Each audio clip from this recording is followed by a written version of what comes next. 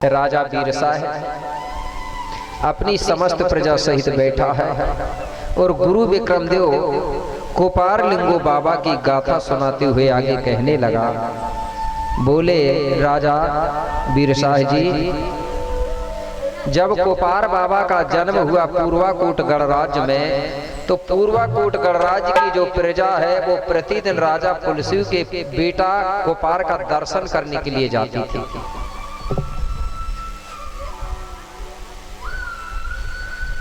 तो एक दिन पता चल गया अंधा और लंगड़ा को, तो दोनों अंधा और लंगड़ा आपस में मिल गए और कहने लगे कि बोले राजा के यहाँ पुत्र का जन्म हुआ है, दर्शन करने के लिए जाना था, लेकिन मैं लंगड़ा हूँ, मेरे पाँव नहीं है, मैं कैसे जाऊंगा। तो अंधा आदमी कहने लगा उसको, बोले मेरे तो पाँव है लेकिन मेरे आँख नहीं है। अब दोनों विचार में पड़ गए कि जाएंगे कैसे। तो मेरे सगाजनों, अंधा और लंगड़ा दोनों ने विचार मंथन किया और दोनों कहने लगे कि हम दोनों अगर सलाह से जाएंगे तो चले जाएंगे। बोले कैसे। तो अंधा आदमी कहने लगा लंगड़ा से कि तुम मेरे कंधा में बैठ जाओ, क्योंकि तुम्हारे पाँव नहीं है, तो तुम कंधा में बैठ के रास्ता बताते जाना, मैं चलते जाऊंगा। बोले ठीक है। तो अंधा के कंधा में लंगड़ा बैठ गया और ये दोनों राजा पुलसिव के घर पहुंचे। अब राजा पुलसिव के यहाँ पहुंचे तो ढेर सारी भीड़ लगी हुई थी, सब पुत्र कोपार का दर्शन कर रहे थे और सब लोग कोपार बाबा का सम्मान कर रहे थे। तो हमारे में जब किसी का सम्मान करते हैं तो किससे होता है, आप सबको मालूम, रोज देख रहे हैं। हमारे में सबसे बड़ा महत्व है हल्दी और चावल का टीका लगा के सम्मान करना, है कि नहीं है। और अगर फूल चढ़ाना है तो कौन सा फूल है, महुआ का फूल है, ठीक है ना। ये महुआ का फूल हल्दी चावल का टीका से सम्मान करते हैं। तो जब बच्चे का जन्म होता था तो हमारे कोयतुर समाज के लोग उस बच्चे को हल्दी का टीका लगाते थे और उसका सम्मान करते थे। आज आपके इधर जब बच्चे का जन्म होता होगा तो टीका लगाते हैं हल्दी का कि नहीं लगाते। कुछ जगह बच्चों को हल्दी का टीका नहीं लगाते, मैं बता रहा हूँ। कुछ जगह मैंने देखा हूँ बच्चों को टीका नहीं लगाते। एक बार मैंने पूछा क्यों नहीं लगाते, बोले जब तक विवाह नहीं होता, बोले तब तक टीका नहीं लगाते, हल्दी नहीं लगाते। बोले ऐसा भी कहीं कहीं भ्रम डला है। जब हल्दी का टीका नहीं लगा, मैंने बोला कि जब टीका नहीं लगाते तो फिर जो कुंवारे बच्चे हैं, विवाह नहीं हुआ, वो हल्दी भी नहीं खाते होंगे क्या, खाते तो हैं ना। तो हल्दी जो एक ऐसी चीज है, हमारे जीवन में जो 3 संस्कार होते हैं, जन्म विवाह और मरण, ये तीनों संस्कार जब तक हल्दी नहीं होगी तो ये संस्कार संपन्न नहीं होते हल्दी के बिना, ठीक है ना। तो सब टीका लगा रहे थे। तो जो अंधा आदमी था उसने सोचा कि मुझे दिखाई तो नहीं देता, लेकिन मैं भी टीका लगा दूं। तो वो आदमी गया किनारे में और हल्दी लिया और कोपार बाबा के माथे में जैसे ही हल्दी का टीका लगाता है, जैसे ही उसके माथे पे हाथ टचिंग हुआ तो कोपार बाबा के माथे से वो करंट मिला, वो शक्ति मिली कि जो अंधा आदमी था, हाथ टच होते ही उसके आंखों में तुरंत ज्योति आ गई। हाथ टच होने से अंधा की आंखों में रोशनी आ गई, दिखाई देने लगा।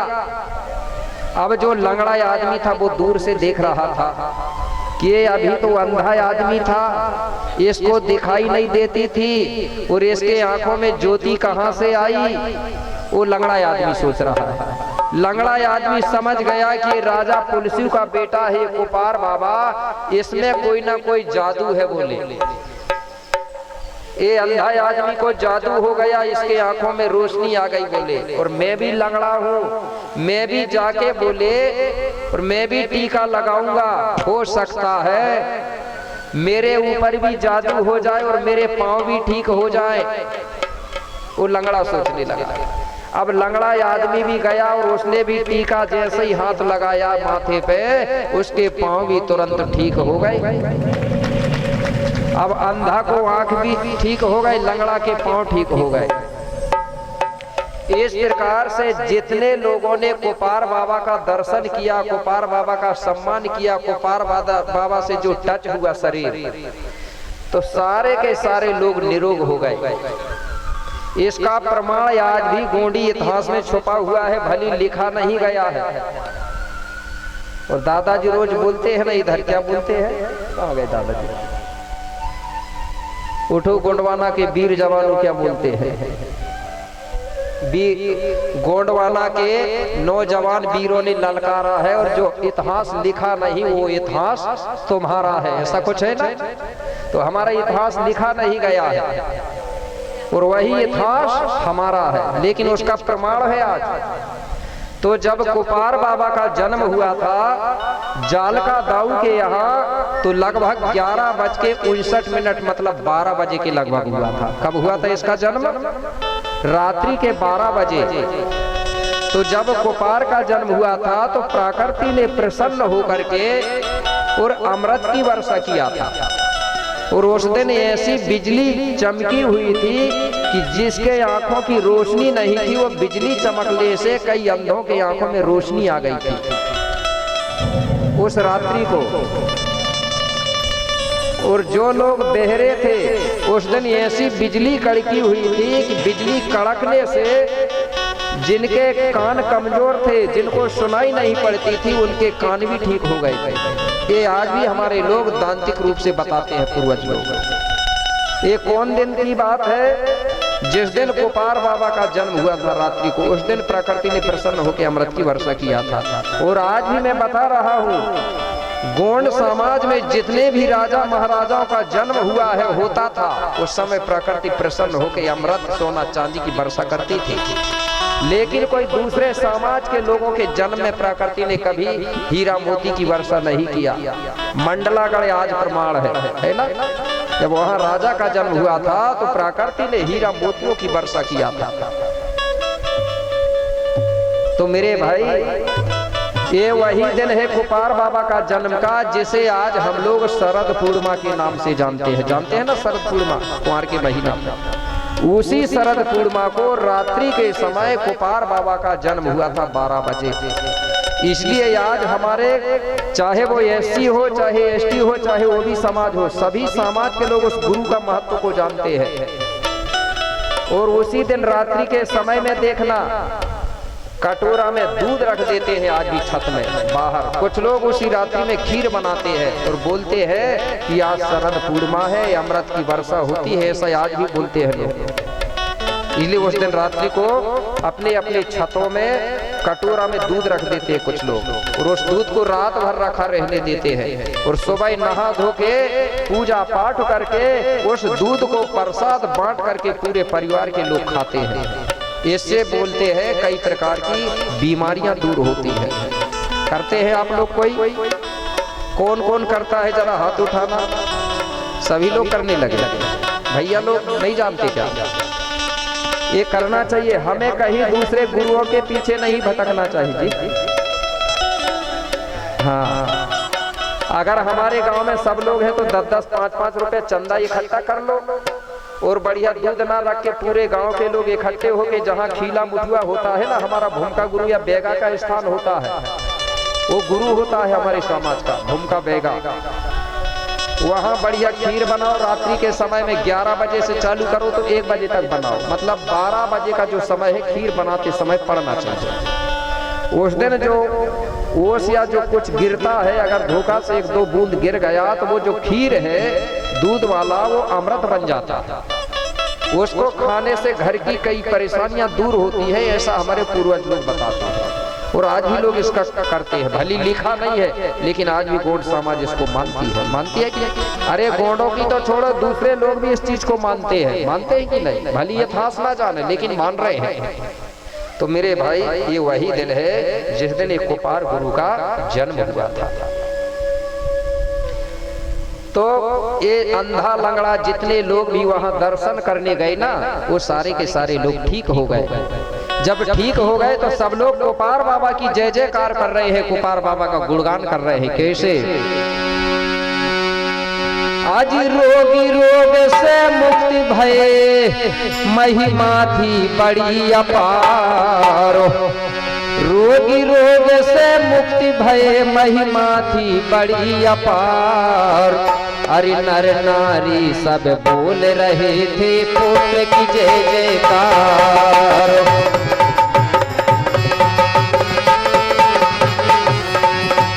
नर नारी सब बोल रहे थे पुत्र की जय जयकार।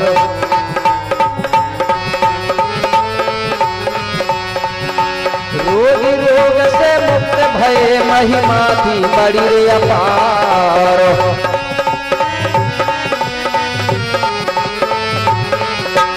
नर नारी सब बोल रहे थे पुत्र की जय जयकार।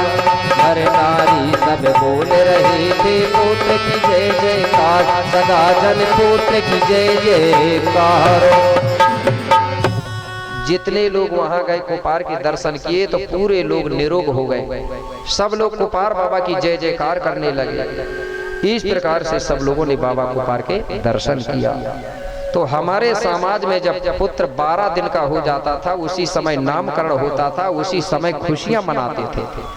लेकिन अब हमारे गोंडियन लोग दूसरे के नकल में, दूसरे की संपर्क में आने से बच्चे का एक बार जन्म हो गया तो खुशियां मना लिए। अब हर साल खुशी मनाने में लगे हो आप लोग। एक बार हुआ कि हर बार लगे हो। और वो भी गोंडी संस्कृति भी नहीं है, वो भी पता नहीं कौन सी संस्कृति है। मोमबत्ती जला रहे और फिर बुझा रहे, मोमबत्ती जला रहे फिर बुझा रहे और बोल रहे बर्थडे बर्थडे। गोंडी भाषा है क्या बर्थडे? ये हमारी संस्कृति नहीं है, ये क्रिश्चियन संस्कृति है। ठीक है ना? है कि नहीं है? जो चीज को सिखा रहा है उसको सीख नहीं रहा है, जो नहीं सिखा रहा है उसको पहले ही सीख ले रहा है। मैं एक बार विचार करने लगा कि इसको मानने से होता क्या है? कछु फायदा होता है क्या? अरे मानना है तो अपनी संस्कृति से मान लो, ज्यादा ही पैसा है तो कोई बात नहीं है, ठीक है ना? लेकिन ये मानने से मेरे भाई फायदा नहीं होता, घाटा होता है। जितने भी टूरा टूरी है, गोंडी में टूरा टूरी बोलता हूँ, ठीक है ना? बच्चा बच्ची बेटा बेटी, गोंडी में क्या बोलते हैं? लड़का को टूरा, लड़की को टूरी, ठीक है ना? तो मैं पूछ रहा हूँ उनसे कि ये बर्थडे मनाने से उम्र बढ़ती है कि घटती है? घटती है ना। उदाहरण, जैसे अगर किसी बच्चे का जन्म उम्र है मतलब 5 साल की, एक उदाहरण, ठीक है? अब 5 साल जब जन्म हुआ तो उसकी उम्र कितनी है? 5 साल की। तो एक बार खुशियां मना लो, अच्छे से मना लो, कोई बात नहीं, खुशी तो मनाएंगे ना जब बेटा बेटी का जन्म होगा। लेकिन 1 साल जब बीतेगा तो फिर मनाएंगे आप लोग, मनाएंगे ना? तो 1 साल जब बीतेगा तो 1 साल घटेगा कि बढ़ेगा? घटेगा। तो 5 साल की उम्र थी तो अब बचे कितने? 4 साल। 4 साल में फिर मिठाई लाए और एक दूसरे को बांटे और खा लिए।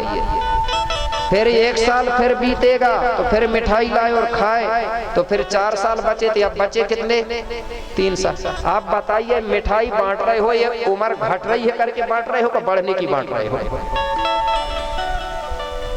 ऐसा लग रहा है कि अच्छा 1 साल कम हो गए, 3 साल बचे और मिठाई बांटेंगे।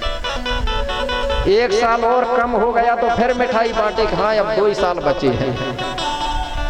1 साल फिर गया तो फिर मिठाई बांटे कि 1 ही साल बचे हैं। और 1 साल और गया तो खत्म हो गए तो फिर मिठाई की तो छोड़ो, पूरे लोगों को बढ़िया भंडारा करवा दे। खुशी मना रहे हो मतलब। तो हमारी संस्कृति में मेरे भाई जन्म दिवस का महत्व नहीं था। सिर्फ हमारी संस्कृति में जो अपने समाज के लिए काम करता था, अपने समाज के लिए कुर्बान हो जाता था, बलिदान हो जाता था, उसका बलिदान दिवस माना जाता था।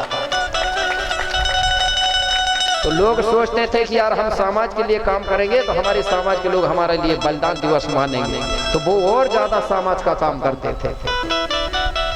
तो कुपार बाबा के जन्म में भी एक बार खुशियां मनाई गई।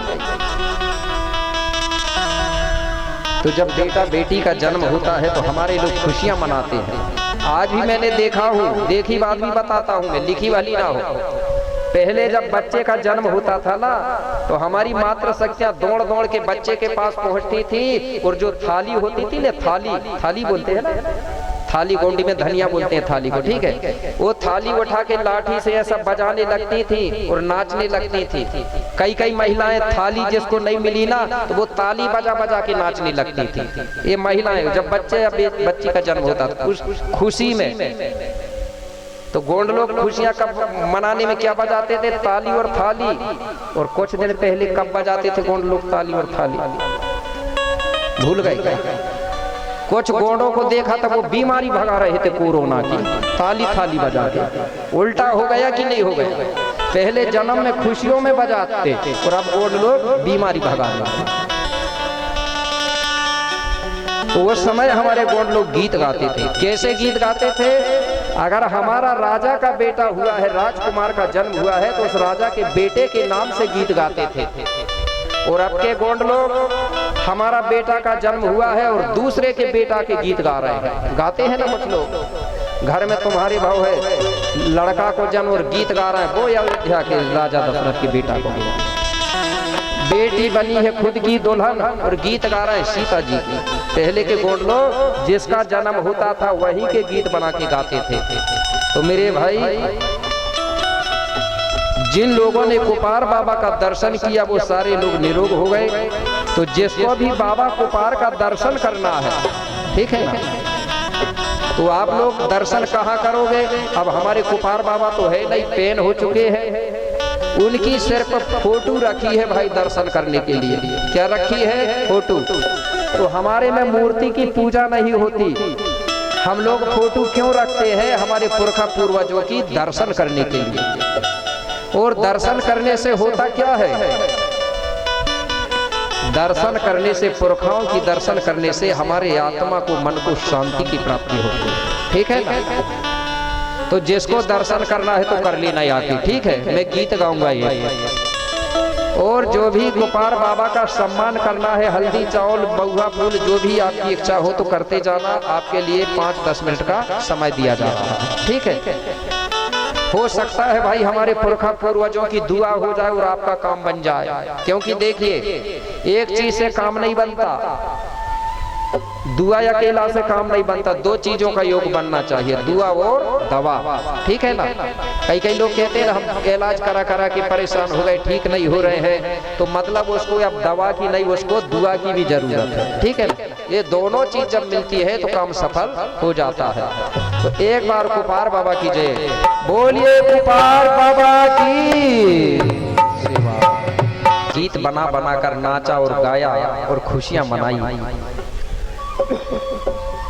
इस प्रकार से कुपार बाबा का जीवन बड़े आनंद और खुशियों के साथ बीत रहा था।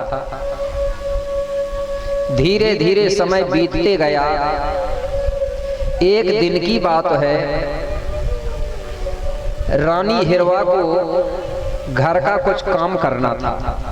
तो रानी हिरवा ने अपने बेटा कुपार को अपने गोदी में उठाई और अपने घर के पीछे निकली। तो घर के पीछे 2 पेड़ लगे हुए थे, एक सेमर का पेड़ था और एक डूमर का पेड़ था। पहले के समय में हर गोंड लोग अपने घर में सेमर का पेड़ लगाया करते थे। हर घरों में सेमर के पेड़ होते थे। सेमरी मड़ा जानते हैं ना, वही। लेकिन आज नहीं दिखते और कहीं कहीं हैं भी आज, क्योंकि ये पेड़ हमारी संस्कृति के अनुसार जो सेमर का पेड़ है वो शुभ माना जाता है। क्यों?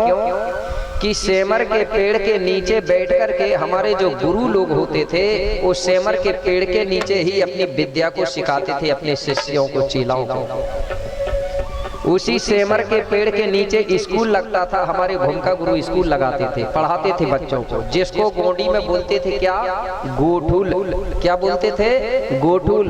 गोठुल का मतलब होता है शिक्षा केंद्र, जहाँ से शिक्षा दिया जाता था। वही गोठुल का नाम बदला और गोठुल से दूसरे लोगों ने क्या बना लिया? गोठुल का नकल करके गुरुकुल। क्या बन गया वो आज? गुरुकुल। तो ये कहाँ से सीखा उन लोगों ने गुरुकुल का नाम? गोठुल से, गोंडी संस्कृति से। तो रानी हिरवा ने क्या किया? सुबह का समय था, अपने बेटा कोपार को घर से पीछे निकली लेके और वही सेमर और गूलर के पेड़ के नीचे अपने बेटा को सुला दिया। सुलाने के बाद घर के अंदर चली गई और कुछ समय के लिए रानी हिरवा अपने बेटा कोपार की याद भूल गई। अब जो सूर्य देवता है वो धीरे धीरे जब सीधा ऊपर आया तो कोपार बाबा को धूप लगने लगी, घाम लगने लगा। कोपार बाबा अपने मुंह को इधर उधर लटका के बचने की कोशिश कर रहा था, लेकिन बच नहीं पाया। उसी समय फिर प्राकृतिक फड़ापेन की ऐसी कृपा हुई कि बड़ा देव की कृपा से वहां पर एक काला नाग भुजंग सर्प बोलते हैं जिसको नाग देव, गोंडी में जानते हो, नाग देवता को सर्प को बोलते हैं तड़ास। क्या बोलते हैं? तड़ास मतलब सर्प होता है नाग देव।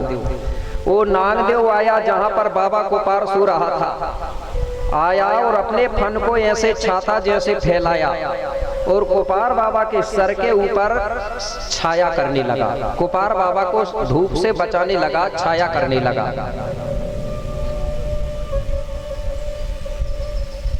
कुछ देरी के बाद में रानी हिरवा को अपने बेटा की याद आई तो रानी घर से बाहर निकलकर देखती है अपने बेटा की तरफ, तो क्या देखती है कि नागदेव फन फैला के कोपार बाबा के ऊपर छाया कर रहा है। रानी ने देखी तो घबरा गई। कैसे? अरे देखे भुजंग रानी घबराई, रानी घबराई, अरे जोर जोर से फिर चिल्लाए, जोर जोर से फिर चिल्लाए। ओ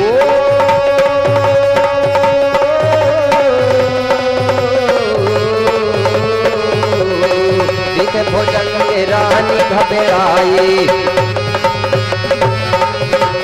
जोर जोर से तब चिल्लाए। रानी क्या चिल्ला रही है? रानी चिल्लाने लगी, हे बड़ा देव तो मैं करो रे सहाई, देवे ललन की जाने बचाई।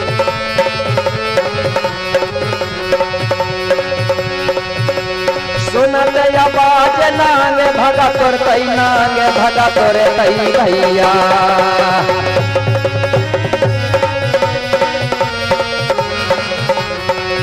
अरे तब रानी ने लालन को उठाए लई, तब रानी ने लालन को उठाए लई, तब रानी ने लालन को रानी ने जैसे ही देखी तो घबरा गई। मेरे बेटा के ऊपर बोले नागदेव खड़ा है।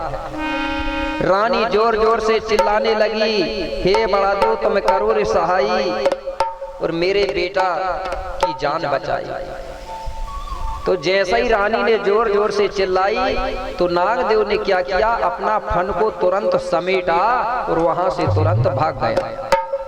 जैसे ही नागदेव भागा वैसे ही रानी ने दौड़ करके अपने बेटा कोपार को अपने गोदी में उठा लिया और लाड़ दुलार करते हुए अपने घर के अंदर चली गई। इस प्रकार से रानी हिरवा अपने बेटा की प्रतिदिन सेवा करती है और रखवाली करती है।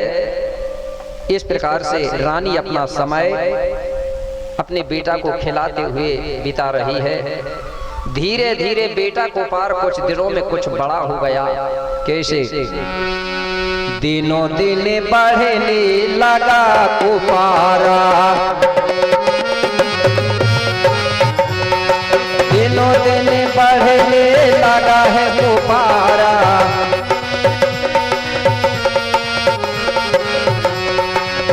मातो पिता का आंखों का तारा, मातो पिता का आंखों का तारा, मातो पिता का आंखों का तारा, आंखों का तारा। कोपार बाबा धीरे धीरे बड़ा हो गया और धीरे धीरे चलना भी सीख गया। तो रानी हिरवा ने क्या किया, एक दिन अपने बेटा कोपार के कमर में एक घुंघरू बांध दिया। क्यों कि रानी सोचने लगी, कहने लगी कि मेरा बेटा अब धीरे धीरे चलना सीख गया, जब मेरा बेटा चलेगा तो कमर की घुंघरू छन छन करके बाजेगी तो मेरा बेटा अच्छा लगेगा। ये सोचकर के रानी हिरवा ने कमर में घुंघरू बांध दिया था। और आज भी कुछ क्षेत्र में आज भी हमारी महिलाएं अपने बेटा बेटियों के कमर में आज भी घुंघरू बांध देती है, कहीं कहीं देखा हूं। तो जब कोपार बाबा चलता था तो कमर की घुंघरू छन छन करके बाजती थी। रानी ने सोची कि ये घुंघरू कम बजती है, एक दिन घुंघरू वाली पायल लिया और पाँव में और पहना दिया। तो कोपार बाबा जब चलता था तो पाँव की पायल की घुंघरू छन छन छन करके बाजती थी। पूरे पूर्वाकोट के लोग बड़े प्रेम करते थे कोपार बाबा से, क्योंकि बोले राजा का बेटा है। कभी कभी अपने घर में अपने गोदी में उठा के ले जा लेते थे कोपार बाबा को। कोपार बाबा बड़ा चंचल था, नटखट था, उनसे छूट के भागता था, गिर जाता था फिर उठ के भागता था। कभी बाजू वाले घर के आंगन में जाके खेलता था, कभी सामने वाले घर के आंगन में जाके खेलता था। अगर कोई कहता था कि बेटा कोपार नाच के बताना तो वो बड़ा भोला भाला था, वो नाच के भी बताने लगता था। और बच्चों की ये आदत होती है। इस प्रकार कोपार बाबा का जो जीवन है आंगन में खेलते कूदते हुए बीत रहा है। तो कैसे बीत रहा है आपको एक गीत के माध्यम से 2 लाइन में बता रहा हूं।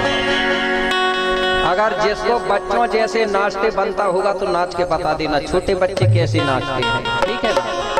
तो कैसे देखते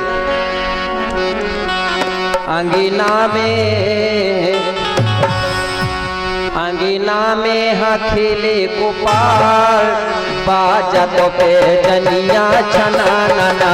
अंगीना में खेले कोपार बाजत पे जनिया छना नना।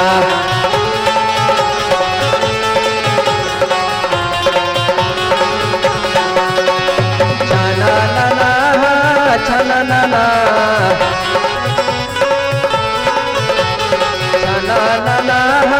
छना नना।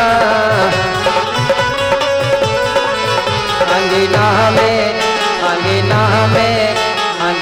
में हथेली कोपार बाजत पे जनिया छना नना।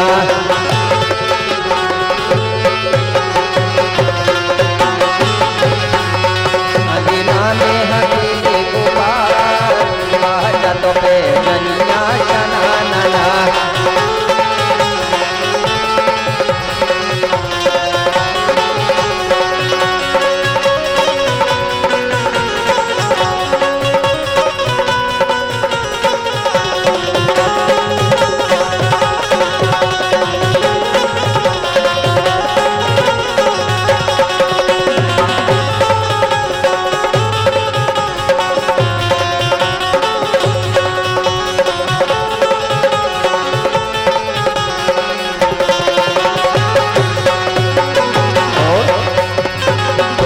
ठुमके अंगना में खेले,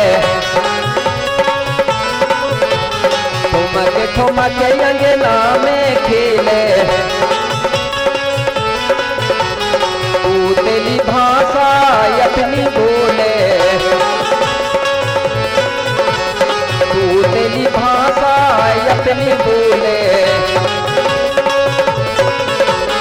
और हरी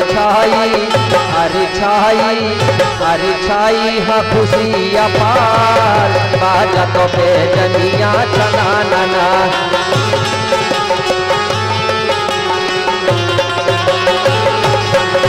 हरी छाई हाँ खुशी अपार बाजत पे जनिया छना नना।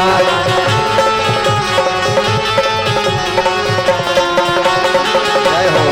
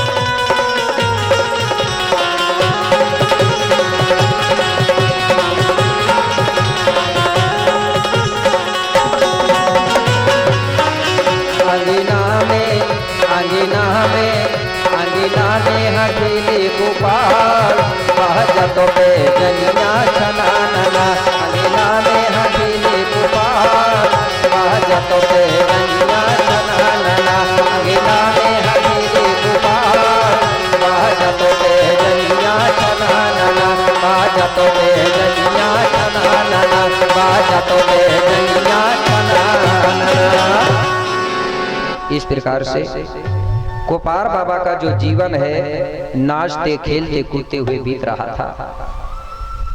धीरे धीरे आगे चल के गोपाल बाबा लगभग 10-11 साल का हो गया। जब गोपाल बाबा की उम्र 10-11 वर्ष की हुई, उसी समय हुआ क्या कि जब 10-11 वर्ष भये हाजी हिरवा पुत्र गोपारो, और उसी समय उस गांव में आज घटना घटी है अपारो। मेरे भाई, जब गोपाल बाबा की उम्र लगभग 11 साल की हो गई, उसी समय पूर्वाकोट गणराज्य में अचानक एक घटना घट गई। वो घटना कैसी कि पूर्वाकोट की प्रजा इकट्ठी होकर के और राजा पुलसिव के दरबार पहुंची, और वहां पहुंच करके राजा पुलसिव के सामने हाथ जोड़कर खड़ी हो गई, और राजा पुलसिव से हाथ जोड़कर कहने लगी क्या? बोले महाराज कि हाथ जोड़ कर विनय करे, महाराज कि हाथ जोड़ कर विनय करे, आज सुनो पुलिस महाराज उरियाज आपके राजों में आज गलत हुआ है काजो। महाराज, आपके रहते हुए आपके राज्य में बड़ा अन्याय हो गया है। बोले कैसे? बोले महाराज बताने में हमको लज्जा आ रही है, शर्म लग रही है, कैसे बताए? बोले बड़ा कुकर्म हो गया है।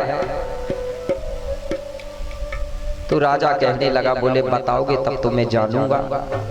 तो प्रजा कहने लगी महाराज सुनो, एक परिवार था, 2 सगे भाई बहन थे, वो दोनों सगे भाई बहनों ने मिलकर के बड़ा गलत काम कर लिया। बोले कैसे? तो राजा से प्रजा बता रही है कैसे? बोले सुनो महाराज, भैया बहन 2 पाप करे हैं। महाराज भैया बहन 2 पाप करे हैं,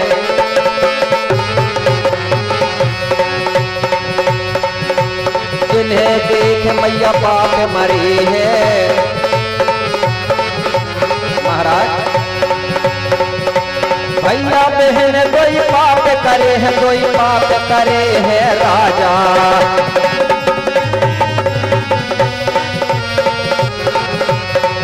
अरे जिन्हें देख मैया बाप मरे हैं,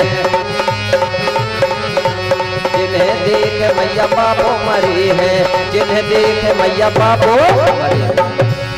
हाथ जोड़ के कहने लगी महाराज दोनों सगे भाई बहन थे, दोनों भाई बहनों ने मिल करके और दोनों ने विवाह कर लिया, दोनों पति पत्नी बन गए। बोले महाराज आज हमारे समाज में ऐसा अन्याय हो रहा है, यहाँ के लोगों को ये भी पता नहीं है कि शादी विवाह किससे किससे करना चाहिए। और मेरे भाई जिस दिन अगर गोडी संस्कृति खत्म हो जाएगी, मिट जाएगी, तो यही हाल होंगे हमारे समाज में। होंगे कि नहीं होंगे?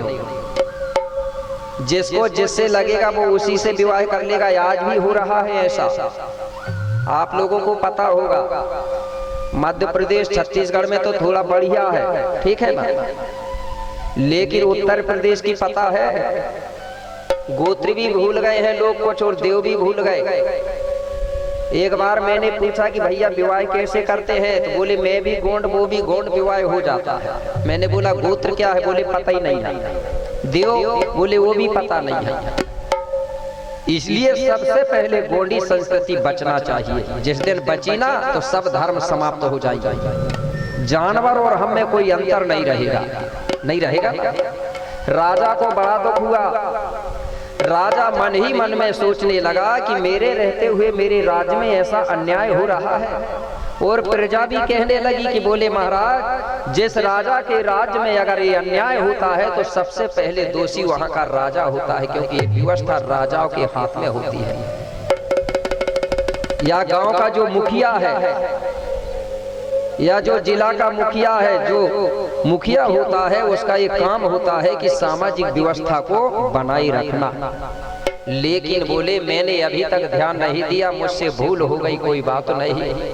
राजा पछताने लगा, क्यों कि मैं यहाँ का राजा हूँ और मेरा ये काम था कि यहाँ की व्यवस्था को सही बनाए रखना। राजा ने प्रजा को समझाया कि बोले कुछ दिनों के लिए बोले आप मुझे समय दीजिए, मैं कुछ दिनों के ही अंदर ये सामाजिक व्यवस्था को ठीक करवाऊंगा। प्रजा को समझा करके राजा ने सबको अपने अपने घर वापस भेज दिया। अब राजा को इधर चिंता बनी हुई थी। राजा रात दिन सोचता था कि क्या करूं, यहाँ की समाज को सही और गलत का ज्ञान नहीं है, दोस्त और दुश्मन का पहचान नहीं है। जो गलत चीज है उसको सही कह रही है और जो सही चीज है उसको गलत बोलती है और गलत को सही मान बैठी। मान रहे हैं ना आज लोग? जो गलत है उसको आप लोग सत्य मान रहे हो और जो सत्य है उसको गलत मान रहे हो। ऐसे अंधविश्वास में आज हमारी समाज भटक गई है। भटकी है कि नहीं भटकी है? मैं कहूंगा आपको, उदाहरण के लिए मैं आपको कहूंगा कि जैसे मरकाम जी है, ठीक है, मरकामों का जो देव होता है उनका मंदिर नहीं होते, गोंडों के नहीं होते ना, कभी नहीं होते थे मंदिर, इसलिए तो हमारे पुरखाओं ने कभी मंदिर नहीं बनवाया। हमारे मंदिर नहीं होते थे, पेन ठाना होते थे, पेन कड़ा होते थे, तो कहाँ होते थे? पेड़ों में होते थे कि नहीं? साज के पेड़ में सबका पेन ठाना होता था, जिसको पेन कड़ा या देव खलियान बोलते थे। लेकिन हर गोत्रधारियों के अलग अलग और होते हैं पेड़। जैसे हमारे राजा साहब मरकाम जी है ना, उनका मरकाम का मतलब होता है मरका मढ़ा, होता है कि नहीं? गोंडी में जो गोंडी जानते होंगे उनको समझ आ गया होगा। मरका मढ़ा, मरका मतलब होता आम और मढ़ा मतलब होता पेड़। तो उनका निजी में कौन सा पेड़ है? आम का पेड़। तो हमारे गोंड लोग जब पानी चढ़ाते थे, जल चढ़ाते थे, तो कहाँ चढ़ाते थे? पेड़ों में। आज भी प्रमाण है, कई जगह पीपल के पेड़ में आज भी पानी चढ़ाया जाता है। और पीपल के पेड़ में पानी क्यों चढ़ाते हैं? क्योंकि पीपल एक ऐसा पेड़ है जो 24 घंटे ऑक्सीजन देता है ना राजा साहब? आप बताइए, अगर हमारे राजा साहब आम के पेड़ में पानी चढ़ाएंगे और दूसरा आदमी पत्थर में चढ़ाएगा, तो पत्थर वाले को फल मिलेगा कि आम वाले को फल मिलेगा? तो पानी कहाँ चढ़ाना चाहिए? लेकिन लोग नहीं मान रहे हैं, लोग चढ़ाएंगे आखिरी में पत्थर ही चढ़ाएंगे। पढ़ने अकेले से काम नहीं चलता, विवेक और तर्क भी होना चाहिए। एक जगह की बात बता रहा हूँ, दो भाई थे, दो सगे भाई थे। एक भाई पढ़ा लिखा था तो आगे चल के वो मास्टर बन गया, टीचर, और छोटा भाई अनपढ़ था बेचारा। तो वो छोटा भाई खेती किसानी करता था और बड़ा वाला भाई स्कूल में जाके पढ़ाता था। अब वो दूसरे की संगत में रहता था टीचर। वो धीरे धीरे उनकी संगत में क्या सीख गया था, किसी ने बता दिया होगा उसको कि नहा धो के अपने पुरखाओं को जल चढ़ाना चाहिए। तो वो रोज नहा धो के रोज लोटा में पानी लिया और जल चढ़ाता था। एक दिन घर आया, जब घर आया तो नहाया धोया और एक लोटा में पानी लिया और पूर्व दिशा की ओर ऐसा करके पानी चढ़ाने लगा वो गुरुजी टीचर। अब छोटा भाई तो अनपढ़ था, उसने सोचा कि मेरा भाई पढ़ा लिखा है, मास्टर है, ये कर क्या रहा, कोई अच्छा ही काम करता होगा। तो उसने पूछा, बोले भैया तुम ये कर क्या रहे हो? तो बोले कुछ नहीं, बोले अपने जो पुरखा हैं, पूर्वज हैं, उनको मैं बोले नहा धो के पानी दे रहा हूँ। बोले तो बोले अपने पुरखा हैं कहाँ? बोले वो गुरुजी बता रहे थे, बोले वहां के आए थे। बोले वो कह रहे थे, बोले कि तुम्हारे जो पुरखा है वो इलाहाबाद में है, उनको पानी चढ़ाने से पुरखा प्रसन्न होते, इसलिए मैं रोज पानी चढ़ाता हूँ। बोले तो बोले कहाँ है पुरखा? बोले इलाहाबाद में। अब छोटा वाला भाई तो अनपढ़ था बेचारा, उसने सोचा कि यार सही बात बताए होंगे तब तो चढ़ाता है। तो छोटा भाई ने भी गेहूं लगाया हुआ था अपने खेत में, गेहूं और चना। वो 3 किलोमीटर दूर थी कम से कम खेत। उसने सोचा कि एक काम करो, मेरी गेहूं में भी पानी देना है। बोले सूख रही है। उसने भी एक बाल्टी में पानी भर के लाया और वही भैया के बाजू में खड़ा हो गया और पानी निकाल के वो भी ऐसा करके बाहर कुड़ेलने लगा। अब बड़ा भाई कहने लगा, बोले भैया तुम क्या कर रहे हो?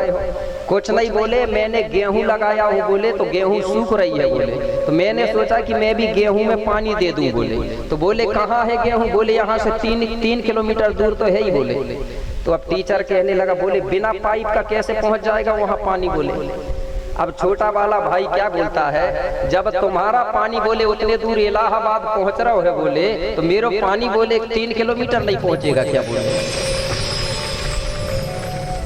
तब वो टीचर को समझ आया कि मैं पढ़ा हूँ जरूर, नौकरी ड्यूटी के लिए पढ़ा हूँ, लेकिन मेरे अंदर विवेक और तर्क नहीं है, इससे अच्छा तो मेरा छोटा भाई खेती किसानी वाला अच्छा है बोले। तो ऐसे हमारे लोग, कई लोग अंधविश्वास में भटक गए हैं दूसरे धर्म के चक्कर में, और वो भटकाते ही जा रहे हैं। इसलिए किसी ने कहा है यहाँ वो लोग धर्म नहीं धंधा करते हैं, ठीक है ना, धर्म नहीं उनका वो धंधा है। और भारत का हर पढ़ा लिखा इंसान आज भी अंधा है ना, बात सही। तो विवेक करो, तर्क करो, जो चीज सही है उसको हमको मानना चाहिए। हम लोग इसी में बर्बाद हुए हैं। तो मेरे सगाजनों, राजा को बड़ा दुख हुआ कि यहाँ की जो प्रजा है इसको सही और गलत का ज्ञान नहीं है, कुछ भी करते रहती है। तो राजा चिंता में खाना कम खाने लगा, धीरे धीरे दुबला होने लगा। कोपार बाबा को बड़ा दुख हुआ कि मेरे पिताजी बोले दिनों दिन दुबले होते जा रहे हैं, पूछना चाहिए बोले पिताजी को। एक दिन कुपार बाबा अपने पिताजी के पास पहुंचा और बोले, पिताजी आप दिनों दिन दुबले क्यों हो रहे हो, क्या कारण है। तो राजा ने पूरा समाचार बताया अपने पुत्र को।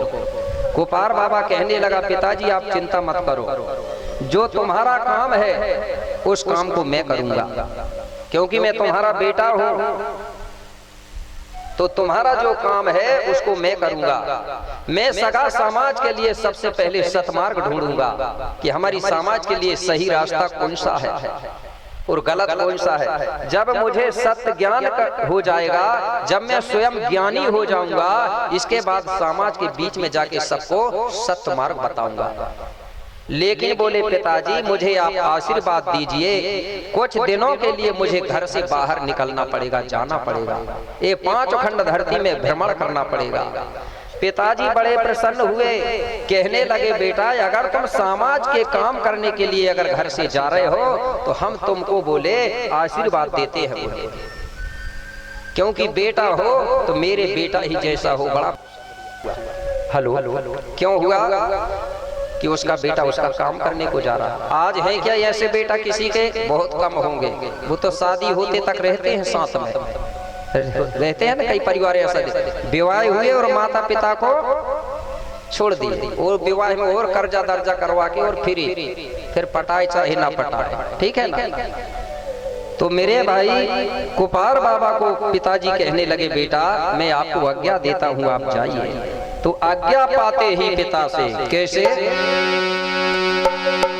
कि आज्ञा पाते ही पिता से आज हर्षित भये कुपारो।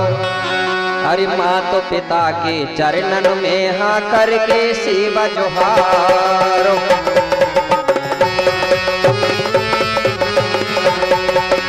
माँ तो पिता के चरणन में हाँ करके सेवा जोहार।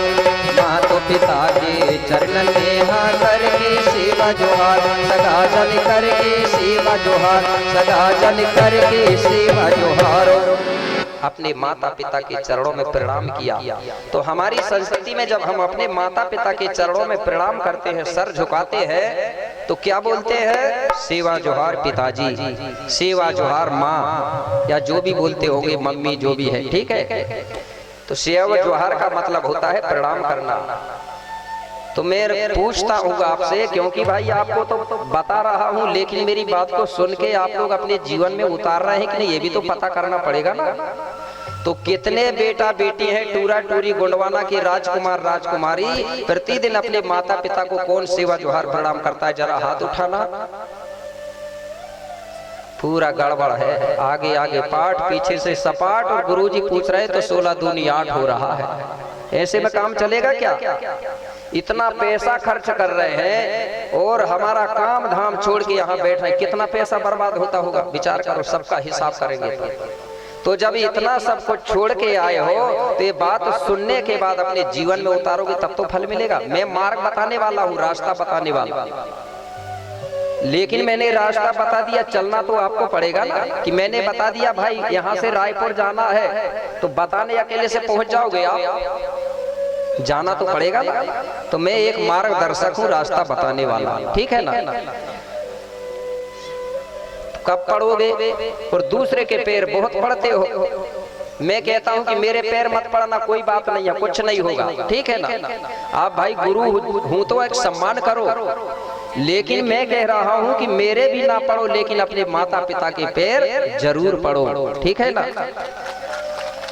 क्योंकि मैंने बताया गोंडी मत के अनुसार माता पिता और गुरु इनका करो सम्मान, और ये तीनों है देवता नहीं कोई भगवान। जिसने अगर ये तीन चीजों को प्रसन्न कर लिया ना,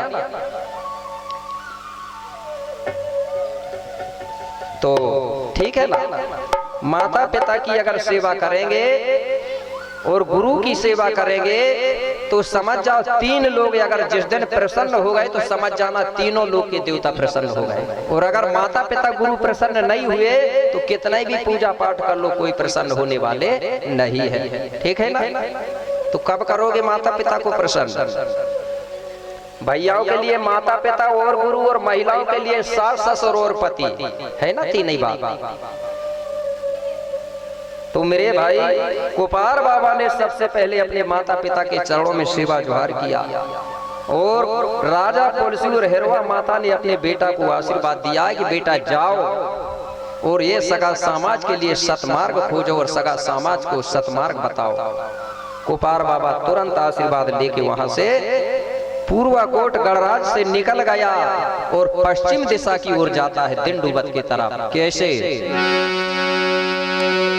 तिही छड़ो दिशा पश्चिम को धाया, तेरे गड़े नाना नानी के आया।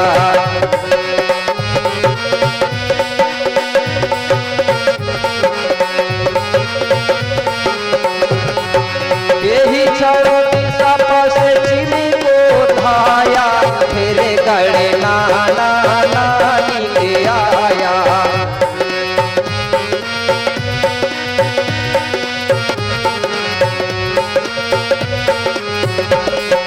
तेरे गड़े नाना नानी के आया, तेरे गड़े नाना नानी के आया। चलते चलते कुपार बाबा कहाँ पहुंचा?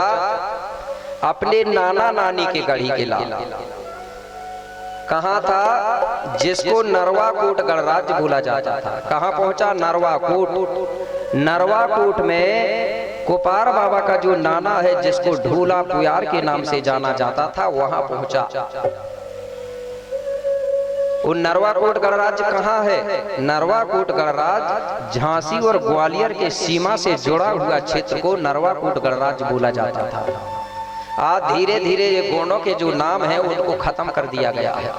क्या है? जैसे मैंने बताया था, चांदागढ़ को पहले चांदागढ़ बोलते थे, उसका नाम बदल के आज चंद्रपुर कर दिया गया है।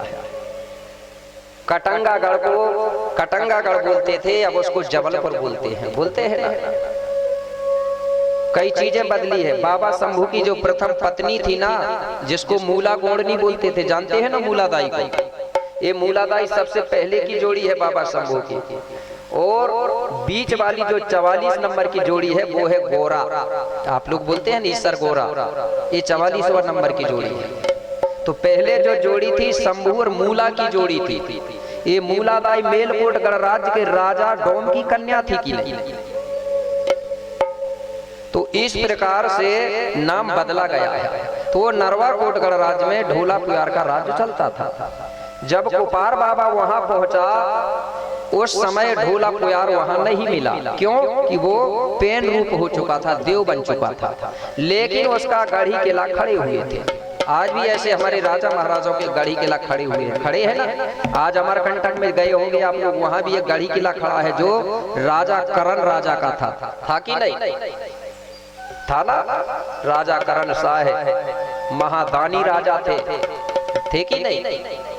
उसका गढ़ी किला खड़ा हुआ है मंडला में, ठीक है ना। तो राजा उस समय नहीं था ढोला पुयार, लेकिन उनका गढ़ी किला खड़ा हुआ था। कुपार बाबा ने जैसे ही वो गढ़ी किलाओं की दशा को देखा तो आंखों में आंसू आने लगे। मन ही मन में कहने लगा कि जब मेरे नाना जीवित थे, जब राज्य करते थे, तो यहाँ बोले गढ़ी किलाओं की कितनी सुंदर व्यवस्था थी, और आज मेरे नाना नानी नहीं है तो बोले ये गढ़ी किलाओं की दुर्दशा देखो कितनी खराब हो चुकी है। कोई साफ सफाई नहीं है, कहीं से ईंट निकल रहा है, पत्थर निकल रहा है, पूरा चारा घास उगा हुआ था। बड़ा दुखी हुआ, अब क्या करूं बोले। सोचने लगा कि ये गढ़ी किला भी सुधर जाएंगे, लेकिन कब सुधरेंगे? पहले ये समाज की व्यवस्था सही होना चाहिए। जब सामाजिक व्यवस्था सही होगी, समाज की दशा सही होगी, तो समाज अपने आप एक मुट्ठी में एक संगठित हो जाएगी, होगी ना। जब संगठित हो जाएगी तो ये समाज आगे चल के हमारे राजा महाराजाओं के गढ़ी किला अपने आप सुधार लेगी क्या? लेकिन सबसे पहले सामाजिक व्यवस्था सही होना चाहिए। जब सामाजिक व्यवस्था सही होगी तो समाज अपने आप सही हो जाएगा। आज भी जिस समाज ने अपनी धर्म संस्कृति भाषा को जीवित रखा है, वो समाज आज भी संगठित है ना। और जिस समाज ने अपनी धर्म भाषा को नहीं बचाया, वो समाज आज भी तितर बितर है। जैसे मुस्लिम धर्म के लोगों ने अपने धर्म को बचाया है, तो मुस्लिम धर्म के लोग संगठित है ना। जिसने भी अपने धर्म को बचाया है वो समाज आज भी संगठित है, और जिसने अपने धर्म भाषा पर ध्यान नहीं दिया वो समाज आज भी तितर बितर है। कोई क्रिश्चियन धर्म में जा रहा है, कोई मुस्लिम धर्म में जा रहा है, कोई हिंदू धर्म में जा रहा है, दुनिया भर के धर्मों में भटक रहे ना आज हमारे लोग। इसलिए किसी ने कहा है, अरे भैया गोंडों का तो गोंडी धर्म है, गैर धर्म मत अपनाना, और घर में अगर शक्कर मिलती है तो गुड़ खाने को बाहर मत जाना। है ना बात सही? लोग कहेंगे कि घर में सब कुछ है और गुड़ के लिए भटक रहा है। तो मेरे सगाजनों, कुपार बाबा को बड़ा दुख हुआ। कुपार बाबा अपने नाना नानी की याद करने लगा। कुपार बाबा कर रहा है, और आज जो जंगल में रहने वाले कुछ पक्षी है ना, वो भी गोंडी भाषा बोलते हैं। आज जो गोंडी भाषा जानता है वो पशु पक्षियों की भाषा को भी समझ सकता है। बाबा शंभू गोंडी भाषा जानते थे, इसलिए पूरी पक्षी जानवरों की भाषा समझते थे। आपने जंगल में सुना होगा, एक पक्षी आज भी नाना नानी को पुकारता है, लेकिन गोंडी में बोलता है, इसलिए हम लोग समझ नहीं पाते। आपने सुना होगा, जंगल गए होंगे कभी कभी, वो हर बार नहीं बोलता, कुछ समय आता है तब बोलता है। कैसे बोलता है? वो बोलता है, बोल के बता रहा हूँ, अगर सुने होंगे आपने तो ताली बजा के बता देना सुनने के बाद, ठीक है। कैसे बोलता है? आको काको, आको काको। ऐसा कुछ सुना है क्या कोई पक्षी से?